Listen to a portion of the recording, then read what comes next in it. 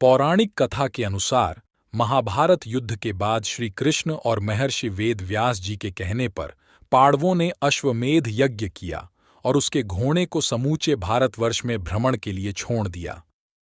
यज्ञ के घोड़े की रक्षा का दायित्व अर्जुन को सौंपा गया। घोड़ा जहां जहां जाता उसके पीछे पीछे अर्जुन भी जाते। विभिन्न देशों के राजाओं को अपने अधीन करने के बाद अर्जुन मणिपुर पहुंचे। मणिपुर में अर्जुन की पत्नी चित्रांगदा और उनका पुत्र बब्रुवाहन रहते थे। बब्रुवाहन मणिपुर का राजा था। अपने पिता की आने की खबर से बब्रुवाहन बहुत खुश था और उसने अपने पिता का स्वागत भी किया।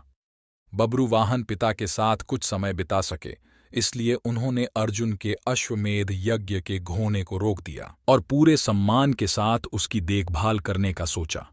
चूंकि अर्जुन अश्वमेध यज्ञ की परंपरा से बंधे थे, इसलिए उन्होंने अपने पुत्र को अश्वमेध यज्ञ के घोड़े को रोकने की गलती पर युद्ध की चुनौती दे डाली। अर्जुन अपनी परंपरा से बंधे थे और बब्रुवाहन योद्धा होने के कारण चुनौती अस्वीकार नहीं कर सकते थे। लिहाजा दोनों में भयंकर युद्ध हुआ और दिव्य शक्तियों से पूर्ण बब्रुवाहन ने अर्जुन को न सिर्फ युद्ध में परास्त कर दिया, बल्कि उसके हाथों अर्जुन की मृत्यु ही हो गई।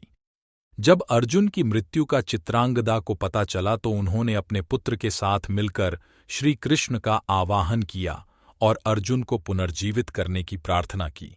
श्री कृष्ण अंतर्यामी हैं। वह तुरंत मणिपुर में उस स्थान पर प्रकट हुए जहां अर्जुन मृत्यपणे थे और अपनी दिव्य शक्तियों से अर्जुन को दोबारा जीवित कर दिया।